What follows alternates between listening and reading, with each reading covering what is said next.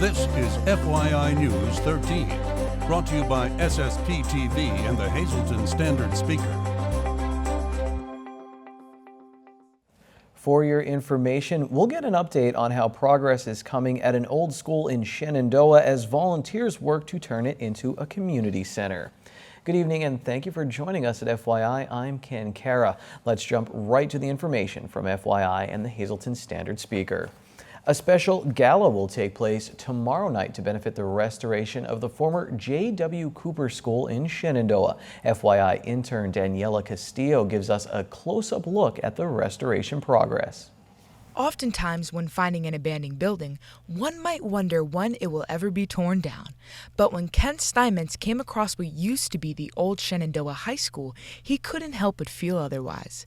The building was left to neglect, but with the help of Steinmetz and some other passionate volunteers who have been working hard for the past 6 years, it is now the site of the future J.W. Cooper Community Center. The community needed a community center as well as a business incubator, and the previous president of the DSI, or the Downtown Shenandoah Inc., Valerie McDonald, had felt this would be an ideal location not only to save for historical purposes, but to also benefit the community. The building fell into disrepair. There was a ton of garbage, well, tons of garbage that was removed. People were living in the building, squatting. There was a lot of drug activity. And we took possession in 2009 from the county. And the first thing we did was secure the building. There were 16 ways people could just walk in off the street. Either through the door or through a window. We cleaned out most of the debris at this point, most of the garbage, all the drug paraphernalia we disposed of properly. Of course, the people left on their own. And then we just started the painstaking process of saving it. The upbringing of this building still has a long way to go. Steinmetz's vision of a center in which everyone can enjoy can only be made possible with the help of the community as a whole. If you'd like to donate and be a part of this project, there will be 2 upcoming events, a gala on July 8th in Pottsville at the Ramada Inn and their 6th annual Cooper Golf Tournament at the Schuylkill Country Club on August 12th. For more details on how to get involved, visit www.jwcoopercenter.org. Reporting for FYI, I'm Daniela Castillo. Thanks, Daniela. It's a round of golf that benefits children battling cancer. Lisa Sugart has the details on how you can help. It is one of the longest running golf events taking place in our area. I'm pleased to welcome Donna Palermo today to our studios to talk about the Palermo Heart to Heart 26th annual golf outing, and it all benefits the Beads of Courage program. Thank you so much. I know you are secretary of the Palermo Heart to Heart Foundation. Let's start there. What is the foundation all about? Well, the foundation was started to help my brother-in-law, Frank Froggy Palermo. He needed a new heart, a transplant. And another cousin of ours, attorney Jim Palermo, actually started the first golf outing to help raise funds for Froggy. And then, unfortunately, we lost Jimmy Palermo. So the foundation has really come together in honor and memory of Froggy and Jimmy. And since then, naturally, we've lost a lot of other people in our family to cancer and other ailments. So it's a foundation to raise funds. We started out by sending children almost like a Make-A-Wish to Disney and trips and things like that. But the last 5 years now, our charity of choice is the Beads of Courage program. And that program helps children and teens who are battling cancer or other chronic serious illnesses. So we have this golf outing and we raise funds to support the Beads of Courage. And these beads are very important to the children because it helps them tell a story as they're going through their treatments. Each bead means something to these children. As an example, if they lose their hair, they get a brown bead. If they have a transfusion, they get a red bead. If their chemo treatments is a white bead. So they string these beads and they take great pride in the beads. And most of the children have at least 500, some over 1,000. So it's very important. We support 4 hospitals that these children go to. So this fundraiser is very, very important to help these children with these illnesses. Wow, that is unbelievable that those young children have to experience so many events like that. Well, now we talk about the good part, that you're raising money to help them all. So for anyone out there who wants to golf or help out, what do they do? Well, they can go to our Palermo-foundation.org website, or they could email us at palermofoundation@gmail.com. The golf tournament is this Sunday at Sugarloaf Golf Course. And it's always a great time. The family does all of the cooking. After the round of play, we go to Whitetail Preserve, and thankfully Joey Gans and Pat let us use that facility. They have since the inception of the golf outing. And we encourage people to either call us to golf, or we have tricky trays if they want to donate a tricky tray to help us raise money that way. It's just a really, really fun day for a really excellent cause for the children. All right, so you want to get everybody to register in advance so that they're ready to go, and then you're having the breakfast that morning, but then you're also having the tee off at 11 o'clock. So is there a deadline when they can register by? Definitely, we would like to have them by Friday so we could give the count to Sugarloaf. In addition to the breakfast, we have sandwiches, and on course, like after 9 holes, we have sandwiches. Then at 5:30, we have a full dinner prepared by all of the Palermo, mostly the men in the kitchen, cooking homemade pastas and Italian food. So it's really a great cause. And cost of golf is $75, and we also have special skins games and closest to the pins, the longest drives, and all those good things. So really a fun day out. All righty, it's all taking place this Sunday. We hope you can come out and support it. It's for a wonderful cause to help the Beads of Courage program for children battling cancer.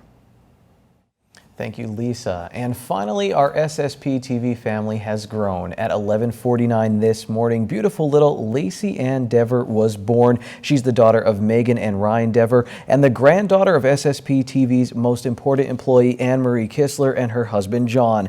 This gorgeous bundle of joy weighed 6 pounds, 10 ounces, and is 19.5 inches long. Mommy and baby are doing fine. So from the Lasant family and everyone here at SSPTV, we say congratulations. There's still a bunch of information coming your way, so please stay where you are. After this break, we'll learn more about a proposed historic district in the city of Hazleton. And in sports, we talk about the past, present, and future of the popular Solo Sereni summer basketball leagues in Hazleton with Hazleton Area High School basketball coach Mike Joseph.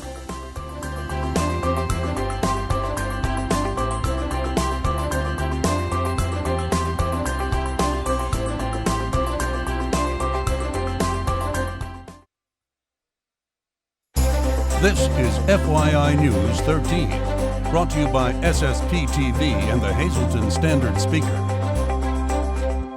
I'm pleased to welcome back Charles McElwee, who is a member of the Board of Directors for the Greater Hazleton Historical Society and Museum, this time talking about historical district designation in our area. Charles, we've seen buildings that are on the National Historic Registry, but this time we're focusing on an entire area. Right, Lisa. We have several buildings that are listed in the National Register of Historic Places, the Markle, Altamont Building, St. Gabriel's, and the Israel Platt Pardee Mansion. But right now, we are targeting a neighborhood that is deemed eligible by the Pennsylvania Historic and Museum Commission as a local historic district that could also become a national historic district once this project gets started. So we got moving these past 2 weeks. The city approved the application for a planning grant that would be a matching grant to the Pennsylvania Historic and Museum Commission grant that we're applying for. And it would oversee a 2-phase study. It would look at an anti-blight strategy. We would work with an anti-blight consultant and a preservation consultant to devise a strategic plan to protect and oversee some of the rehabilitation revitalization efforts in the proposed Church Street Historic District. What would this mean for the area if it does become a historic area? Well, just looking at this neighborhood alone, we see a number of historic properties that are being purchased by out-of-city landlords, and they chop up these historic properties into tenants. And unfortunately, what happens with a lot of these historic properties, they don't necessarily stick to the historic character of those structures. And this isn't just a problem in that neighborhood, it's a citywide problem. You have property owners in the district who are taking care of their homes, preserving them, They are protecting their properties, but unfortunately, an inordinate number of properties are falling into disrepair or endangered by blight, and they pose a public nuisance. So we want to devise a two-front strategy with the City of Hazleton, an anti-blight strategy and a preservation strategy to protect these properties. And this is an advisory strategic plan, and it's up to the city how they would wish to enforce this plan. But this long term, we would hope that this would not be just an anti-blight strategy for the neighborhood, but the entire city. So you're hoping to get this put into place and then hopefully expand to other neighborhoods as well? Right, Lisa. So the Historical Society is focusing on this neighborhood now because there are a number of historic properties that are threatened. You not only have homes, but you have churches, a synagogue. The city hall is located in the district. But we have a public meeting this week to get started on the discussion, and we encourage members of the community, residents of that neighborhood, to reach out to us and be a part of this ongoing effort as we work ahead with the City of Hazleton to devise a strategy to protect this storied neighborhood. All right, well, thank you so much for sharing that information. We look forward to seeing how it progresses. Time now for FYI News 13 weather. Here's our local forecast now from the National Weather Service. Tonight, a slight chance of showers before 1 a.m., a partly cloudy night, low of 66 degrees. As we move toward the weekend, Friday, 30% chance of showers, and then a chance of showers and thunderstorms after 1 p.m., mostly sunny, high of 85. Friday night, 50% chance of showers and thunderstorms, mostly cloudy, low of 67. On Saturday, 30% chance of showers and thunderstorms, partly sunny, high of 80 degrees. At night, same chance of showers and thunderstorms, mostly cloudy, low of 59. Sunday looks nice, mostly sunny with a high in the mid-70s. Sunday night, partly cloudy, low of 58 degrees. On Monday, sun takes over. We'll have a high near 77 degrees. Monday night, mostly clear, low of 59 degrees. Tonight's weather is brought to you by Valley High, the area's oldest ice cream and fast food restaurant. Stop on in for a cold treat including our ice cream and yogurt, or some hot food including our burgers, hot dogs, fries, and much more. That's Valley High, Route 93 in West Hazleton. Treat yourself today. Are you a lottery winner? Let's find out. Here's your midday winning lottery numbers. Pick 247, pick 3068, pick 46481, and pick 54184. We're going to do some law talk right now. When we come back, the Sportscast with Dave Seaman and Mike Joseph.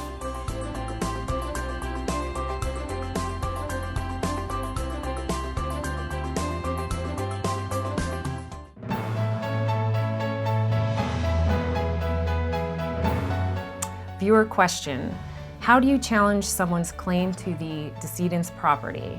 Well, that doesn't happen too often, but it does happen. And to the family of the decedent, it's a very important issue. I could just relate to you one particular incident that we had where the decedent had a rather large IRA account with a brokerage firm, and when we contacted that brokerage firm, they said, "Oh no, we're paying this to this other person who was not even a family member." And we said, "Wait a minute, now, get us some proof on that the decedent named them the beneficiary on that account." What they provided to us, we didn't think was particularly sustainable. So what we did is we had to file, and in the same situation, you would have to file a petition in the Orphans Court Division. This particular case was here in Luzerne County. We got our witnesses together, including an expert in account management, and we went to a trial. And we had a trial before the Orphans Court judge, who decided that, in fact, we were right, the brokerage house was wrong, and ordered the brokerage house to pay the account to our client, who was the decedent's son. As I said, it doesn't happen too often, but certainly it's an important issue. And if it does happen, you can't just rely on what you are told, particularly if it's something that's odd or different or something you don't agree with.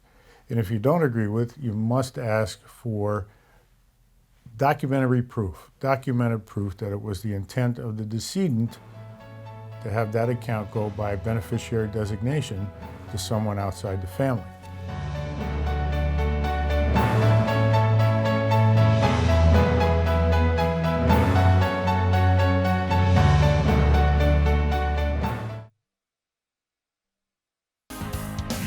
This is FYI News 13 Sports. I believe every Dave Day is special, but this one is extra special because we have a special guest, Mike Joseph, head basketball coach at the Hazleton Area High School and also director of the basketball program in the City of Hazleton for the summer program. Saul Sereni, we'll get into that right now. And everyone, I think, had a court if you grew up in Hazleton. I lived near the Ott Miller playground. I was a soccer player, and I still had a home court where I went to go play coach. The games will be played back outside this year. You said it's been many years since that's happened. Was that a big decision, and do you feel it's an important decision? Alt Miller was my home court too. I spent a lot of hours there. But I think Mayor Cassatt, one of the things that he really wanted to emphasize when he took office was, revitalizing our city's playgrounds and getting some of the programs that were once very important to the young people in our city back up and running the way that they used to be. We have a group of young people running some arts and crafts at the playgrounds right now, and he also wanted to get the Saul Sereni League back outside.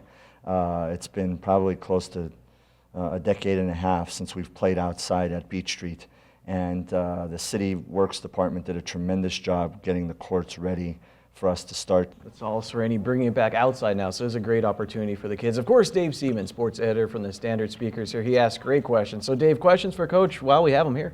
A lot of memories, I guess, at Saul Sereni. I mean, you could go back 35 years, and we would be remiss if we wouldn't mention Tony Farnell's contributions. The late Tony Farnell established this program. And Mike, what other memories? I mean, you had like legendary coaches. Coach Farnell brought legendary coaches like Dick Tracy here, Hank Slider, a shooting guru. What memories do you have playing? One of the first experiences I had in playing summer basketball was in Saul Sereni. Brian Cassatt reminds me all the time that he played in the very first year. He's my assistant coach. He played in the very first year. And I can't remember if I was in that because I was in 8th grade going to 9th grade or not. But I played in the Saul Sereni League growing up. Coach Leib, when he came back to Hazleton, one of the first times that he saw me play was in a game at Beach Street in the Saul Sereni. And I was wearing glasses at the time. I didn't get contacts until I was in September of my senior year, and I had a pretty good game, scored a good number of points, and I remember the first open gym I showed up with contacts, and he said, "Why are you wearing contacts now? You scored so many points with glasses, I don't want to see you change that." And I also had a chance to play with Sean Miller, who's now the coach at Arizona, because Coach Farnell, who really gave me a great opportunity to run this program over 10 years ago. And it's going to be the first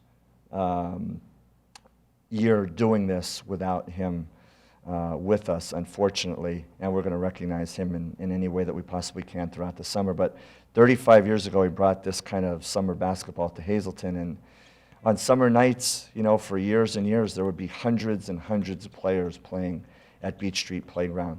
We used to have teams from all over Schuylkill County, all over the area, playing as teams, and it just brought great excitement for the game of basketball, and it allowed guys to compete.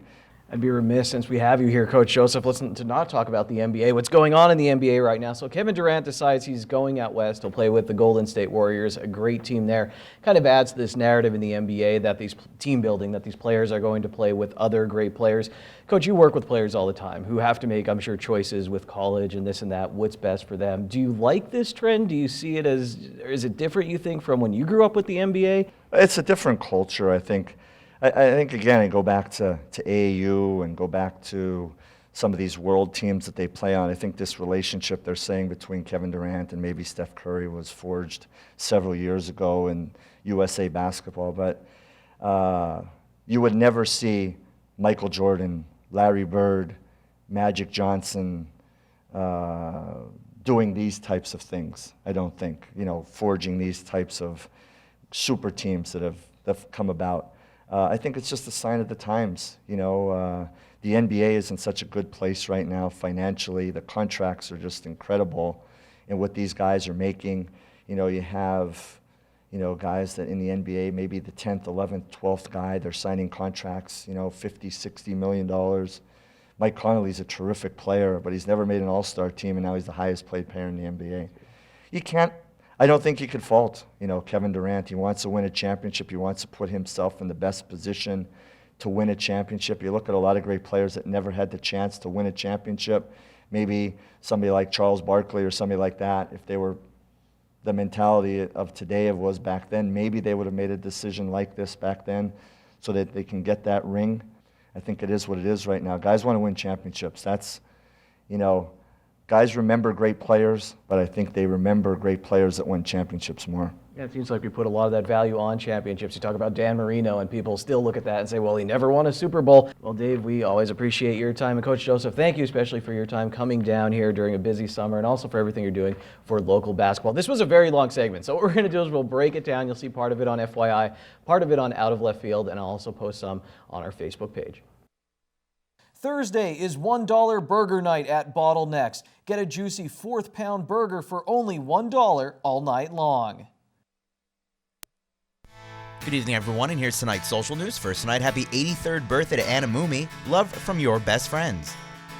And in our Talk of the Town report, the Walk-In Art Center, located at 110 West Columbia Street in Schuylkill Haven, holding a free art camp for kids ages 7 through 13, Saturday, July 16th from 10 a.m. to noon.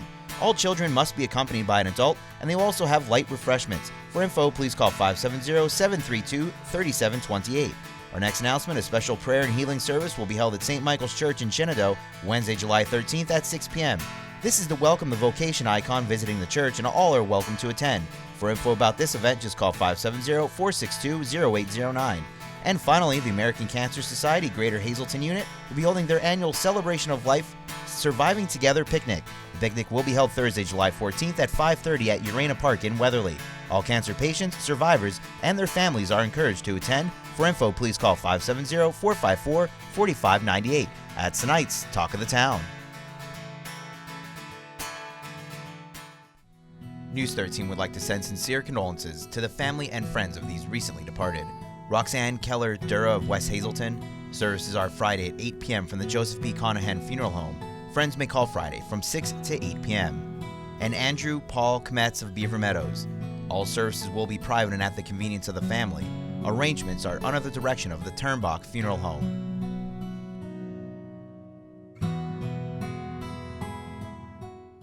Attention pay-per-view subscribers, if you see your name now on News 13, you'll have 13 minutes to call in and win a free movie from Service Electric Cablevision. Our winner tonight is Mary Robinson of Drums. Mary, if you're watching, give us a call, 570-455-7267, extension 104.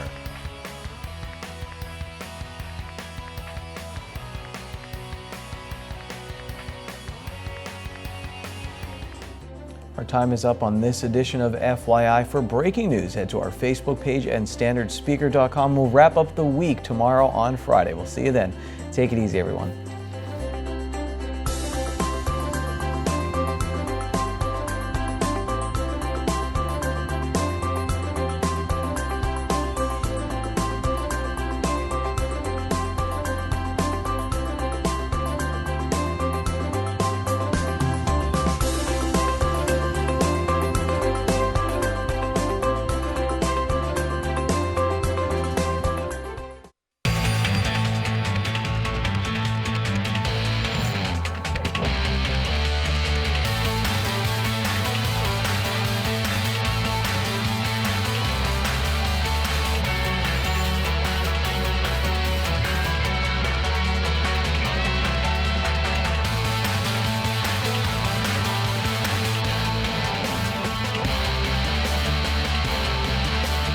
Burger Cadillac, Hazleton, drive with experience.